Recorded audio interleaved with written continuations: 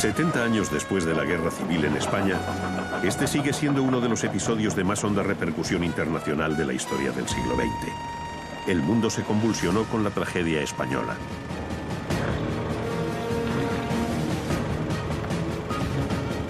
En defensa de cada bando acudieron gentes de lejanos países. En las filas del Ejército Nacional lucharon decenas de miles de soldados venidos de Marruecos, los moros.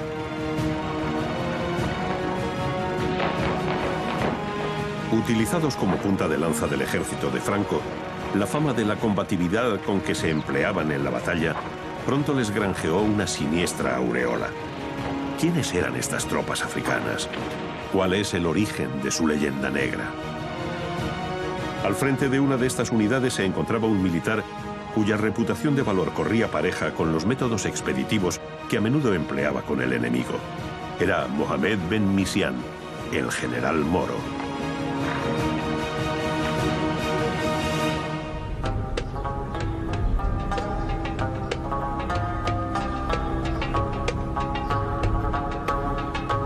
En los inicios del siglo VIII, la península ibérica fue invadida por tribus procedentes del norte de África, que a sí mismas se denominaban mauris, de donde deriva la palabra moro. El conflicto de 8 siglos, denominado en España Reconquista, y la posterior ocupación española de lugares de gran valor estratégico en el litoral de la costa marroquí, favorecieron en el inconsciente del español el temor y el recelo ante los vecinos del sur. De esta manera nace en España el mito a los temidos moros. Cuando hablamos de los moros, evidentemente nos estamos refiriendo a ese imaginario colectivo y cultural español. No es lo mismo hablar de los moros que hablar de los árabes, tienen un significado completamente distinto. Claro, seguimos con la imagen de la reconquista, cuando realmente lo de la reconquista es una forma de llamar a la relación que se entabló o a la ocupación de una serie de territorios. Y a lo mejor el término no es el más apropiado. Tenemos después relaciones de la expansión de reinos españoles a lo largo del Mediterráneo. Si nos centramos en el siglo XIX, estamos en una época en que se alimenta mucho el tema de la mitología de los moros. Estamos en una época en que España ha perdido buena parte de su imperio americano y tiene que mirar hacia otras zonas como lugar de expansión. Entonces se mira hacia el Pacífico y se mira evidentemente por proximidad el norte de África. Y tenemos que esperar a los años 1907, segunda década del siglo, para que el tema de los moros y el tema de la guerra de África vuelva a llegar a la gente española en general. Lo que pasa es que con un cambio absolutamente radical. Si en el siglo XIX hay una visión positiva de a dónde puede conducir esa campaña, en el siglo XX lo que son las clases populares, lo que es el proletariado, la clase media-baja, tiene una imagen muy negativa de esa campaña. En 1911, el rey Alfonso XIII ordena al general Dámaso Berenguer la creación del primer grupo de fuerzas marroquíes, como ya venían haciendo otros países que utilizaban tropa indígena en sus ejércitos coloniales.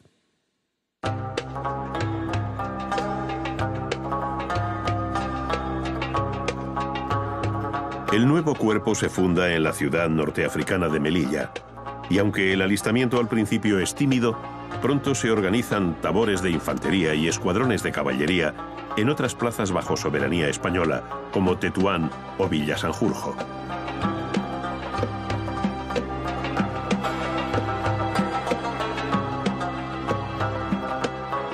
Al principio, estas fuerzas marroquíes despertaron el recelo de los mandos españoles, pero pronto se comprobó lo acertado de esta medida, ya que estas tropas conocían perfectamente el terreno. Además, la sociedad española se liberaba del desgaste político que suponía que cientos de sus hijos murieran en tierras africanas. El Cuerpo de Fuerzas Regulares Indígenas se crea el 30 de junio de 1911.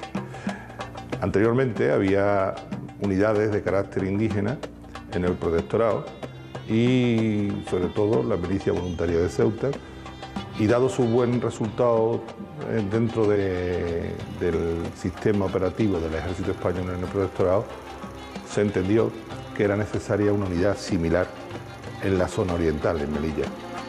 El detalle más importante es que fue una unidad indígena, pero con un porcentaje de soldados españoles y de mandos intermedios peninsulares.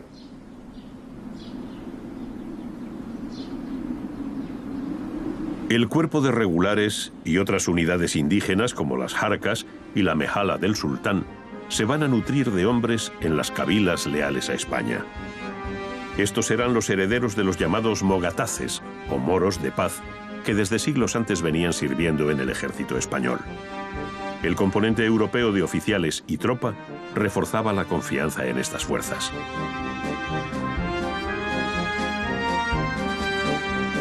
Se producía el encuentro, digamos, de dos culturas o dos modos diferentes de vivir y de entender lo que es la milicia.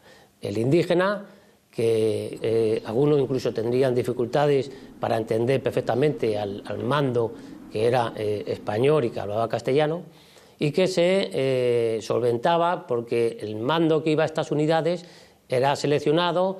La mayoría de ellos aprendieron o sabían el arabía o el cherja para poder entenderse con la gente, y luego además estaban muy identificados con las modas y costumbres del personal indígena y de aquellos que se integraban en las Fuerzas Armadas españolas. Los acontecimientos en la zona de influencia española se precipitan en 1921. Bajo el mandato español se encuentran algunas de las tribus más belicosas de Marruecos, como los Beni Urriaguel, que instigados por el cabecilla Abd el-Krim se han alzado en armas proclamando una república independiente en el Rif. El comandante general de Melilla, general Silvestre, belicoso y temperamental, se lanza a la pacificación de esta zona del protectorado por la vía de las armas, aunque los informes de sus espías lo desaconsejan.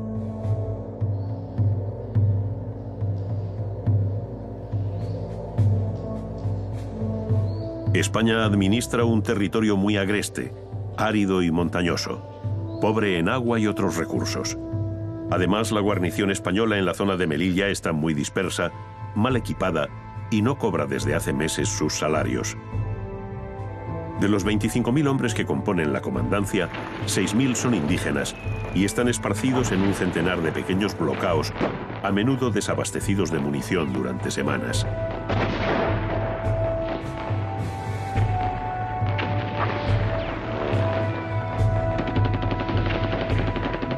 El avance de Silvestre desencadena el llamado desastre de Anual, que supone la caída de todas las posiciones de la Comandancia General de Melilla. Esta se convierte en una de las más dolorosas derrotas del ejército español. En esta acción, las fuerzas marroquíes al servicio de España jugaron un papel crucial cuando desertaron y se pasaron al enemigo. Si pensamos lo que ocurre a partir de 1921 con el desastre de Anual, pues nos encontramos con un problema importante, que es el caso de deserciones y de traición, pues en una coyuntura muy especial para España. Es la operación del general Silvestre, ciertamente mal planificada, pero el resultado de que mueran como resultado de la operación y en la caída de todas las posiciones desde Anual a Melilla, unas 8.000 españoles, pues en ello desde luego tiene que ver el hecho de que una parte de las tropas de regulares se hayan pasado al enemigo. Se pasan en Anual, las tropas de regulares que tiene Silvestre son las encargadas de cubrir la retirada y en esa coyuntura pues se van a ocupar de cerrar el paso y ametrallar a los últimos españoles que tratan de salir de ahí, y luego ocurre también en una serie de posiciones en la dirección hacia Melilla, donde también hay un caso de traición.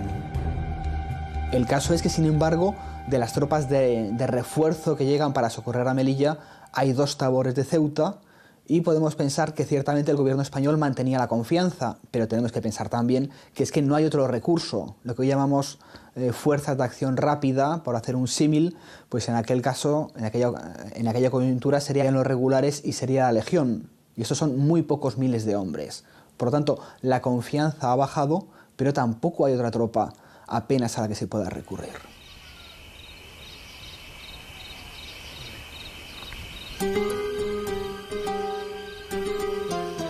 En 1897, en el aduar de Mazuza, una aldea cercana a Melilla, nace Mohamed Ben Misián, hijo de un importante caíd conocido como Misián el Bueno.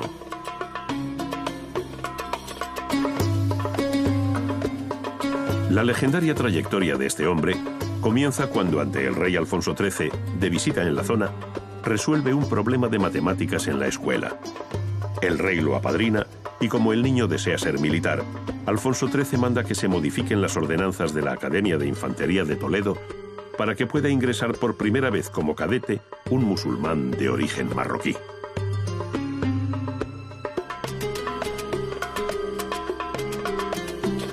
A partir de ahí dará comienzo la carrera militar de Ben Misián, que le llevará a las más altas graduaciones en el ejército, tanto en España como en su Marruecos natal.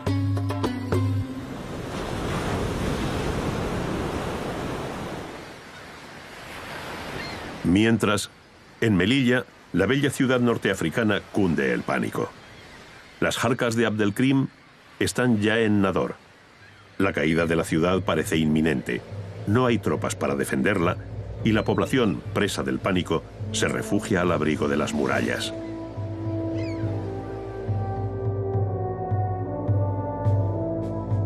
Ante la gravedad de los hechos, el rey designa al prestigioso general Sanjurjo, curtido en la guerra de Cuba, para que acuda en auxilio de la plaza. Sanjurjo desembarca con 2 tabores de regulares venidos de Ceuta y con el recién creado tercio de extranjeros, cuerpo más tarde conocido como la Legión.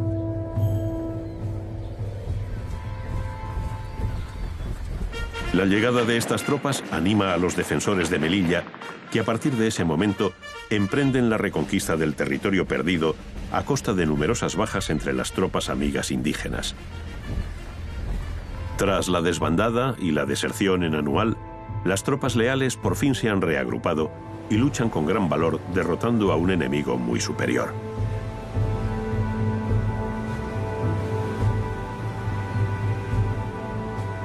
En septiembre de 1925, una flota de invasión española, llegada desde Ceuta y Melilla, emprende el primer desembarco moderno de la historia en la bahía de Alhucemas.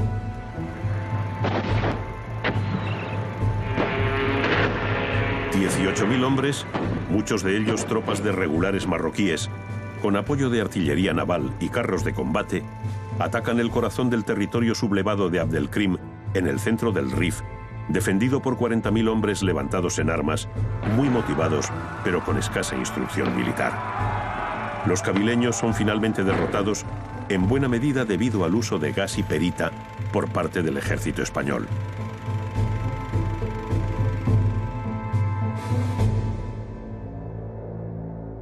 En estos combates, las tropas leales indígenas demostraron un enorme arrojo ocupando posiciones como el Monte Gurugú, decisivo de cara a una ofensiva que perseguía acabar para siempre con la amenaza nacionalista rifeña.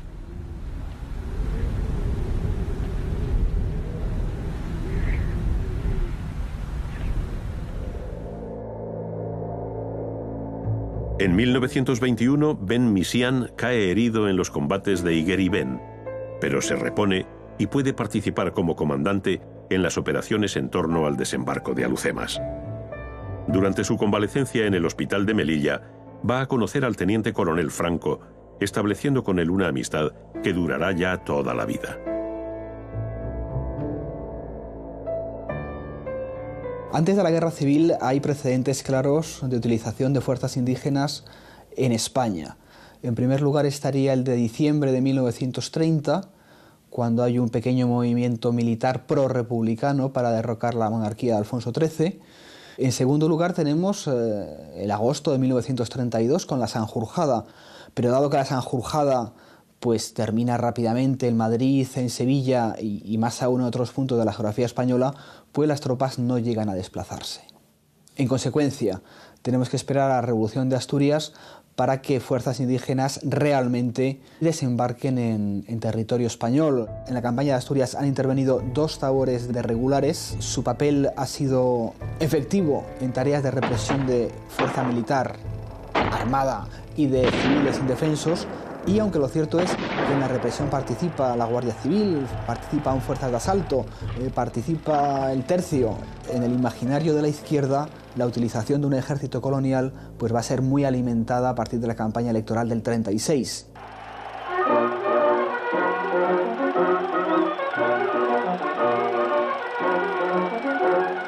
En 1936 gana las elecciones generales una coalición de izquierdas que agrupa desde republicanos moderados hasta anarquistas. La fractura social en España se ahonda y crece el clima de enfrentamiento civil. La facción más conservadora del ejército comienza los preparativos de un golpe de Estado contra la República. El ensayo general lo realizan en las maniobras militares del Llano Amarillo, cerca de Tetuán.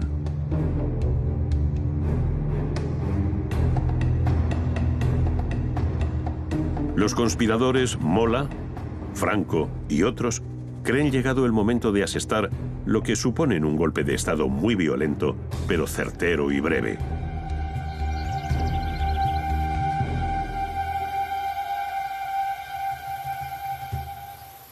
Se tiene la convicción de que casi todas las unidades se van a unir al alzamiento. Por ello, el 17 de julio estalla la sublevación, primero en Melilla, después en el resto del protectorado.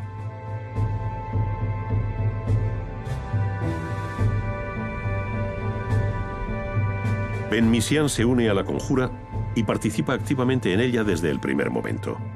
El 17 de julio recibe la orden de atacar y capturar la estratégica base de hidroaviones de El Atalayón en las inmediaciones del poblado Beni Ensar, cuya guarnición no se ha sublevado. Bueno, hay que decir que se hizo una muy buena captación. Se les ofertó una serie de prerrogativas, se les avanzó una serie de pagas. Hay que pensar que en aquella época esta zona del protectorado español estaba muy subdesarrollada, vivían en cávilas, prácticamente no tenían recursos. El verse con unos recursos, con un sueldo, por decirlo así, fijo cada mes, el tener una serie de particularidades como era que se le daba aceite, azúcar, es decir, recursos de primera que en aquella época no tenían, pues hizo que ya me parece que fue en una semana había algo así como 1.700 alistados. O sea, todo ello se hizo pues por una buena captación y por los alicientes de tipo económico que se les estaba ofertando. La tarea de la recluta se convierte en un objetivo prioritario para el ejército franquista. Los funcionarios españoles se apresuran a alistar el mayor número de soldados posible. Este encargo se le hace a Weber, que era responsable de asuntos indígenas, después llegó a ser alto comisario. Y este hombre, conocedor profundo de la mentalidad del marroquí, pues se pone en contacto directamente con los caides de cada una de las cávilas y de los poblados, y por otro lado con los jefes de las cofradías religiosas. Esa campaña inmediatamente da su fruto porque hay un caldo de cultivo efectivo, que es que ha habido 2 años o 3 de sequía y hay una hambruna profunda en el Rif. Por eso se produce alistamientos, tanto mayoritariamente son de la zona española, pero también de la zona francesa y de otras colonias francesas próximas.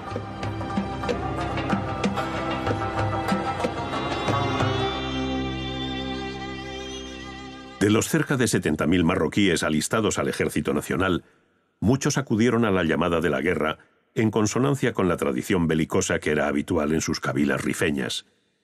Otros por un deseo de combatir al ateísmo, enemigo de las religiones, que a su parecer se había instalado en España.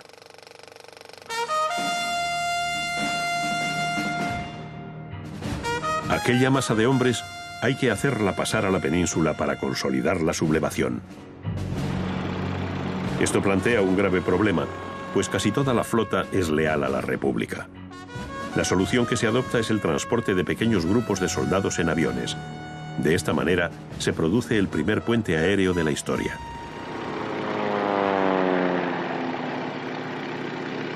Todo el esfuerzo de la aviación alemana al servicio de Franco no es suficiente para pasar el número de tropas necesarias para emprender la ofensiva. En Ceuta se agolpan varios miles de regulares y legionarios esperando cruzar el estrecho.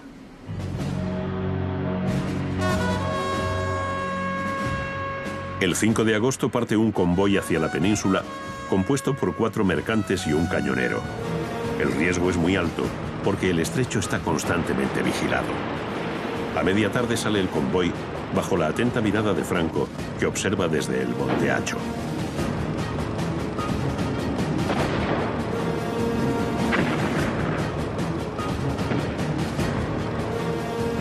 Durante la travesía, los mercantes son atacados por el destructor Alcalá Galiano, pero la acción del cañonero Dato y de la cobertura aérea franquista hace desistir de su ataque al buque republicano.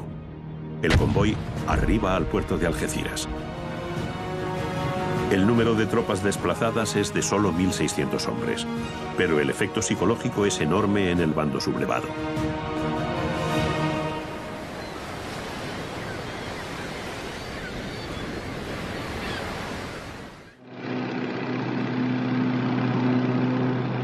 El 14 de agosto, el comandante Misián pasa en avión con su tabor de regulares a la península.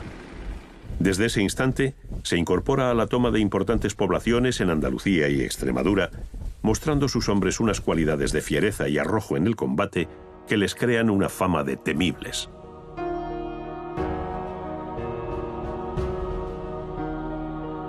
Con el grueso de tropas africanas ya en la península, se organizan columnas de ataque, ligeras, pero con mucha capacidad de maniobra. Comienza entonces el avance imparable hacia el norte. Es la conocida Marcha sobre Madrid, que pretende tomar la capital sin dar capacidad de organizar la defensa a las fuerzas republicanas. Las tropas marroquíes van a ser muy importantes en la primera coyuntura de la Guerra Civil Española, esa fase que llamamos la Marcha sobre Madrid. Realmente son importantes de julio a noviembre del 36. Luego su papel va a ser mucho menos significativo. Bien es cierto que unos 60.000 marroquíes combaten en el ejército de Franco, pero que es un número que se podría haber cubierto con el nuevo ejército que se está creando en la España franquista. Sin embargo, en julio de 1936 forman parte de esa punta de choque del ejército de África, que va a pasar en barco a la península, y en un momento de incertidumbre, en un momento en que el ejército español apenas interviene, pues son fuerzas que permiten el avance por Andalucía, por Extremadura, por Toledo, y llegan hasta las puertas de Madrid.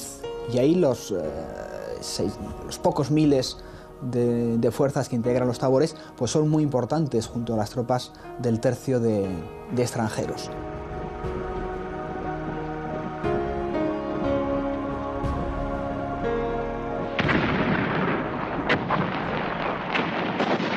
El avance del ejército de África se desvía en su marcha sobre Madrid para entrar en la ciudad de Toledo, donde participa en la liberación del antiguo Alcázar del asedio al que es sometido desde hace 2 meses. Los regulares, con el comandante Misián al frente, libran en las calles y plazas de la ciudad imperial encarnizados combates. En su avance, las tropas de Misián ocupan el hospital de la ciudad, donde ejecutan a los heridos republicanos que allí se encuentran. Finalmente, los nacionales entran en las ruinas del viejo edificio, convertido ya en un icono de la España franquista.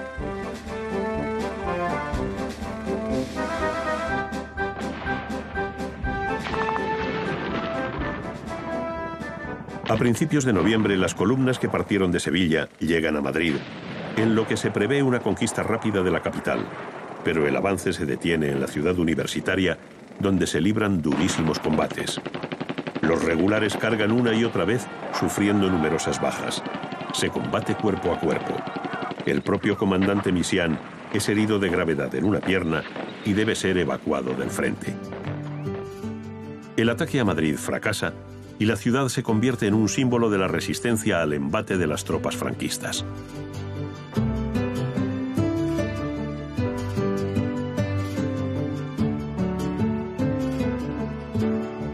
Dirigiendo el llamado Ejército de África, se encuentra el coronel Juan Yagüe, un hombre severo con el enemigo. En sus columnas, junto a las tropas marroquíes, marcha también la Legión, un cuerpo de reciente creación, pero con una fama de dureza y valor muy acreditada en las campañas de pacificación de Marruecos.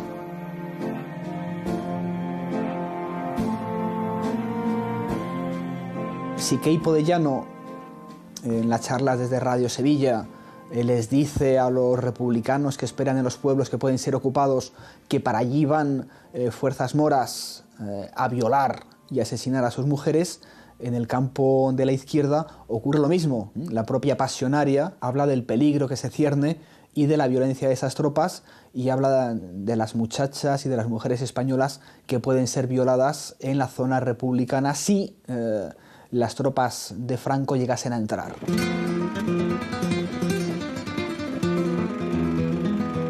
La noticia de que hay en España un ejército colonial, compuesto en su mayoría por marroquíes, recorre todos los frentes.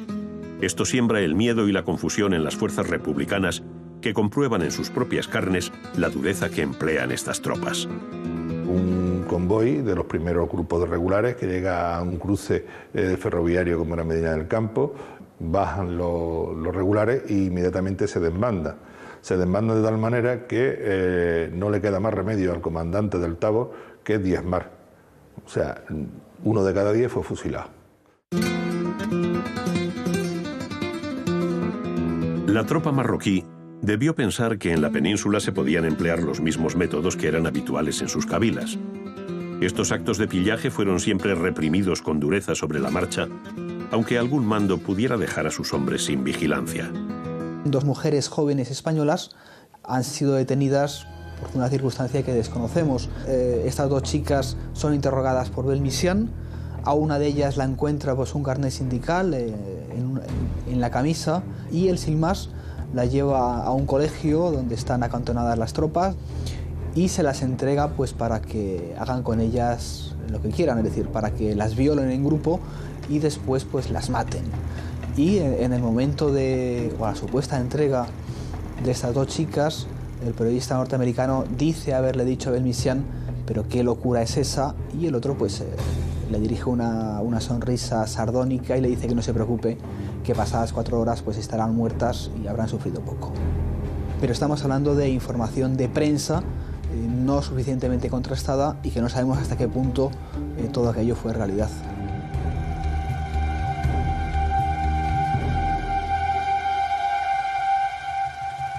Por todo el frente se cuentan sucesos espeluznantes atribuidos a los moros: decapitaciones, mutilaciones, robos y saqueos.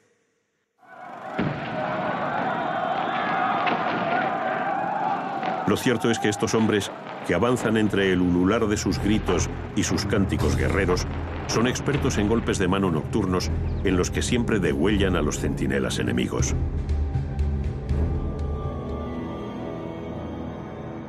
He visto casos donde un estadio guardado con las mujeres.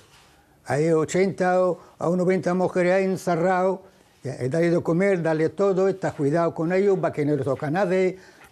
Las mujeres aparte.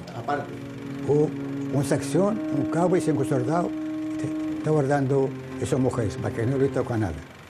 Nada. Y como toca alguna cosa, la fusilizan. Franco le matan. A causa de estas acciones, las tropas marroquíes son odiadas en el bando republicano, y cuando alguno de estos hombres es hecho prisionero, se le ejecuta rápidamente sobre el terreno. Son fuerzas violentas, son fuerzas que saquean, son fuerzas que en ocasiones cometen violaciones, pero tengamos en cuenta que dentro del ejército franquista va a haber un intento de control de lo que está ocurriendo, y que ese tipo de cosas que cometen los llamados moros también los cometen soldados de los otros 2 ejércitos. Y por lo tanto, atribuir a los moros la violencia principal de la guerra civil pues sería una injusticia enorme. ¿Cómo era la vida diaria de esta tropa indígena marroquí? A través de diversos testimonios, se puede reconstruir las particularidades de la vida cotidiana de una de estas unidades de regulares. Normalmente el soldado indígena era una persona dura. Por las situaciones de su vida cotidiana estaban habituados a la dureza de las cávilas. La moral la podemos, sin lugar a duda, decir que era muy alta. La formación para el combate pues era, digamos, superior al resto de las unidades, por eso, porque ya tenían unos antecedentes, venían a la hora de alistarse con formación militar. Todos ellos normalmente eran buenos tiradores, les gustaba jactarse de sus hechos, es decir, podemos decir, no tenían miedo. Digamos que eran unidades en concreto y hablando en términos generales, con muy alta moral para el combate. El Estado Mayor de Franco, gran conocedor del carácter de estas tropas, supo cuidar desde el primer momento todos los aspectos inherentes a su condición de musulmanas, desde la gastronomía hasta los oficios religiosos. Se perseguía con ello la fidelidad de una tropa vital y evitar así las deserciones. El personal indígena pues se le respetaba sus costumbres y tenían sus locales específicos y sus modos y maneras pues eran aceptadas por los demás que eran de origen español. Y aparte de eso, aparte de ese tema, se procuraba que ellos se sintieran como indígenas, es decir, la indumentaria pues no se le dio la específica de las unidades españolas, sino que se adaptó a las costumbres de la indumentaria que utilizaba el indígena, bien en su vida diaria, sin ser militar, o bien cuando formaba grupos y hacían rafias en un momento determinado para combatir a supuestos enemigos o ladrones o lo que fuera.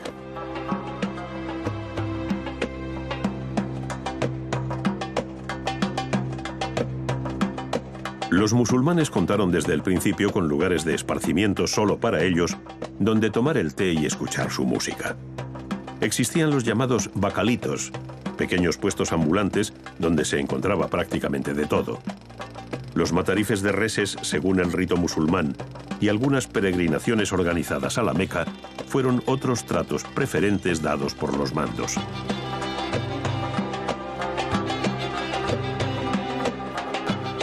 Se tuvo especial cuidado en la atención a los heridos y mutilados. Para ello se construyeron los llamados hospitales y residencias para moros, con todas las atenciones de una retaguardia que veía en estos hombres a sus mejores soldados.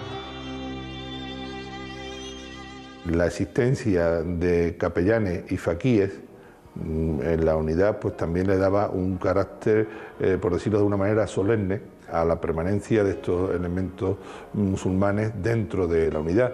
Tenían el faquí para su asistencia personal, estaba encargado de prepararle todo el ritual que lleva el enterramiento de un musulmán. Todo lo tenía en cierto modo garantizado. La guerra avanza de forma implacable en todos los frentes. En marzo de 1937, los nacionales lanzan una gran ofensiva sobre el norte para hacerse con las fábricas de munición y las importantes siderurgias que suministran a la República el acero para mantener sus opciones de victoria. Esta campaña, larga y dura, se resuelve cuando en octubre de ese año todo el norte cae en el bando nacional. En ese momento la guerra comienza a decantarse ya por un bando.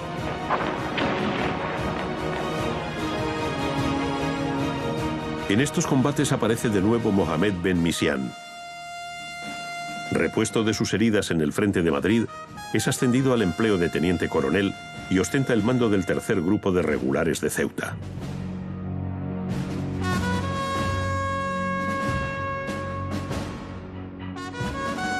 Cuando he venido a entrar al Mili tenía 18 años. En el año 37 yo estaba aquí en el cárcel. Después fui a España. Cuando marché a España, encontré el tabor mío, Jarama. Y quedamos 2 días en Jarama con la compañía, retiramos, marchamos el Bengarrón. Después, ya se generó Mzian, Coroni. O sea, tiempo hizo Coroni nada más, pero el mando del general. Ya hace un avance el Teruel. Después llama al general Marcial para nosotros. Y seguimos así y llegamos a Pedrajullena. En Pedrajullena, ahí he ido yo. El frente se traslada a tierras aragonesas en un intento de los nacionales de llegar al mar y cortar a la República en dos. Tras la toma de Teruel, el frente aragonés se desmorona y comienza a cundir el desánimo en el bando republicano. En el invierno de 1938 se registran las temperaturas más bajas de toda la contienda, con menos de 20 grados bajo cero. Déjame de frente. Frente es hambre. El zapato sale el trigo así, el zapato, el trigo, porque no puede quitar el zapato. Está el bien apegado a la alpargata. Encontramos sacos de dinero, de plata y de todo, pero no puedo cogerlo. Ya sabes que te vas a morir ahí. Venga, frente. Y se han muerto mucha gente como chinche. Y los fusiles como caña tirado. Tras la llegada al Mediterráneo por Vinaroz, el ejército de Franco avanza en dirección a Valencia.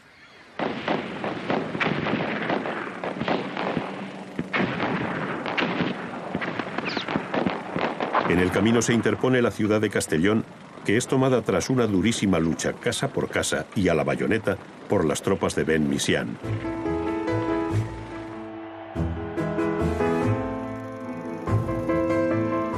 La República intenta desesperadamente evitar esta tenaza mortal y para ello realiza en verano una ofensiva de distracción cruzando el río Ebro. El empuje inicial se agota y Franco toma la contraofensiva, produciéndose la más larga y sangrienta batalla de toda la guerra civil. En estas operaciones, el teniente coronel Misián se distingue en la toma de los inaccesibles peñascos de la Sierra de Cavalls. En la conquista de estos roquedos y en medio de fortísimos combates, las tropas legionarias y moras pierden a 7.000 de sus hombres. La guerra se precipita hacia un inexorable desenlace.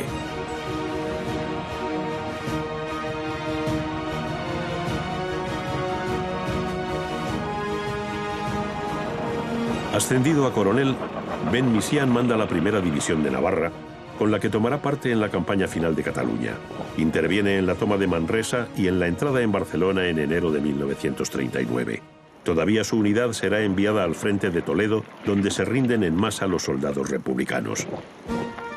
El 19 de mayo, Misián participa al mando de sus fuerzas en el desfile que, con motivo de la victoria franquista, se produce en Madrid. Las unidades regulares son las más condecoradas del ejército español y además se produce en un periodo de tiempo relativamente corto.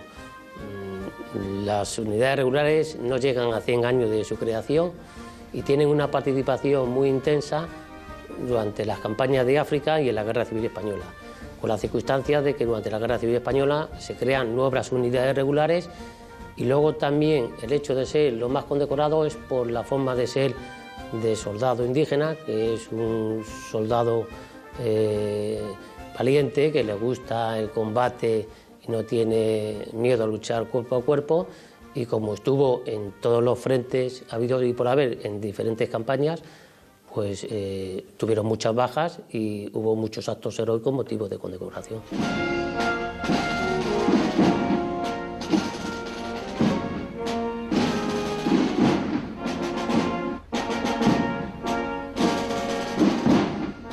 En cuanto a las bajas, pues en la guerra civil, si no recuerdo mal, hay más de, me parece, 12.000 bajas y más de 30.000 heridos. Es decir, que es un palmarés, digamos, muy, muy elevado de lo que se produce, del total de bajas que se produce en esta contienda.